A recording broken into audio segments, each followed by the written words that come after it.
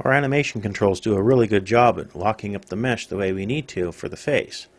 But there are certain spots that need a little more attention. Let's go back to the jaw. Click into setup mode here. Use the plus key to add a bone to the jaw. We'll just grab this bone and move it right down to the tip of the lip here. We'll adjust the length of it to be a bit smaller. And this is going to lock up where the jaw is. You can double check your work by going in here and taking a look at what gets moved and what doesn't. You can see right now the jaw works everything underneath, including the lips on the lower half. It's also grabbing parts of the mesh down at the bottom here. We'll solve that problem soon. Let's go back into setup. And the other thing that seems to be moving a lot is the tip of the nose. Hold middle mouse click, highlight any one of the bones, just add another bone to that. Up to our face attach null. This face attach null is buried inside the hierarchy. We can lock this up and ignore everything that's inside here. This is a holding bone, so it doesn't get animated. So it really doesn't matter where we put it in the hierarchy as long as it moves along with everything else. So we can position this here. We can pitch it up and adjust the length so it freezes up most of the mesh around the nose area. That's pretty much all we need to do for now. We'll call this bone nose sup, which means support, and we'll call the bone down at the chin chin sup. We can go select limited range on the chin and adjust the range down so that it only holds parts of the mesh within a certain fall-off distance of this radius. If we need to, we can add more bones to chin sup to finish locking up all of the mesh around all the way up to the ear. Let's play it by ear and see what it looks like after we've set up the rest of the controls. Let's go back to the face controls. We'll pick any bone, we'll add another bone to that. We'll parent it to face controls. This control will head over by the cheek. So go over to the back view here and move it over to the right side. Go back to perspective and position this bone. It doesn't have to be sitting on the surface, just kind of at an angle next to the cheek. We can go and animate. You can test it out just by moving it up and down. Now try not to worry too much about what the eye and eyebrow are doing. We'll correct those later. You can have a good idea of what shifts up and down and how we can change it. For example, too much stuff is being grabbed on top, so we'll shift this down a bit, go back into animate, and see what it does. Now this looks pretty good right here. So let's reset that keyframe and go back into setup. We'll name this bone cheek R.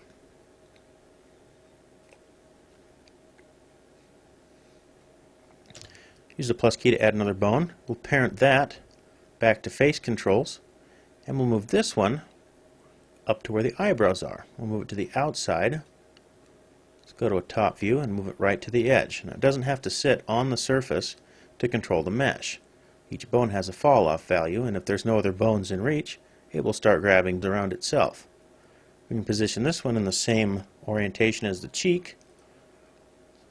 Let's go to a perspective view. We can play around with the positioning and size of this bone. I'm going to go back into animate. Let's move this one up and down. You can see it has a lot of influence over the mesh.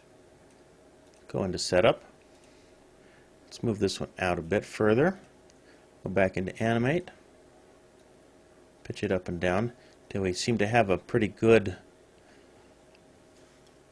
set of distortion around where the eyebrow is. We'll call this one Eyebrow R. Let's reset that keyframe. Go back into setup. Now the areas that are squishing the most are around the eyelids and the ears, as well as tops of the head. The only other bone that has influence in this area is the main head bone, and it's not anywhere close to these control points here that make up the forehead. So we need to add bones that freeze up parts of the head, so only sections where we have positioned our animation bones move. So let's just pick any bone inside the head bone, use the plus key to add that. We'll parent that back to face attach. These are strictly support bones. They don't get animated. They're just there to freeze up parts of the mesh so they don't deform weird. We'll start with the ear here. Let's pitch this up and make it a bit larger. The influence of this bone is going to control points on the ear. You can use left mouse click and right mouse click all you want on the support bones. They don't get animated, so there's no need to worry about it. We'll call this one ear sup R for the right side. Just the plus key to make another one of those. Move that back to face attach. We'll just move this one up above, and we'll just build kind of a rim around his forehead. We'll start here right about above the ear, where the hole for the zygomatic process is, and right mouse click and adjust it on heading. Let's go into perspective view here, and we're going to create a little cage, a little frozen trampoline of bones that hold this part of the mesh. So I'm going to animate, and just click on the eyebrow, and you can see that parts of the eyebrow now are no longer moving the way they were before. Let's reset keys. That looks good enough. Let's go back to these, and we'll call this first one forehead sup 1R, and the child of that one forehead sup 2R.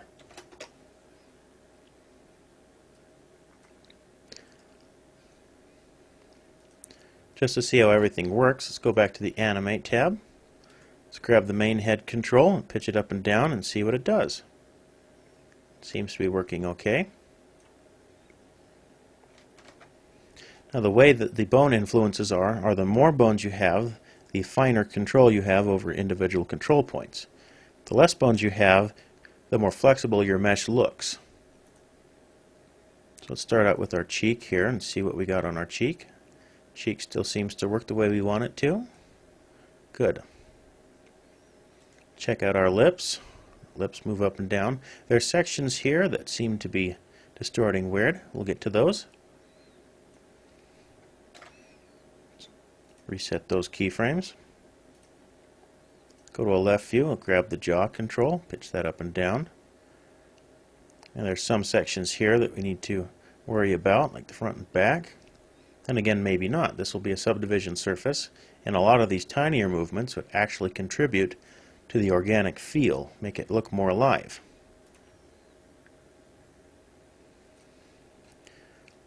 So let's go back into setup, and we'll mirror all of these support bones. We'll start with forehead sup 1R. Use the divide key on the keypad to mirror that across.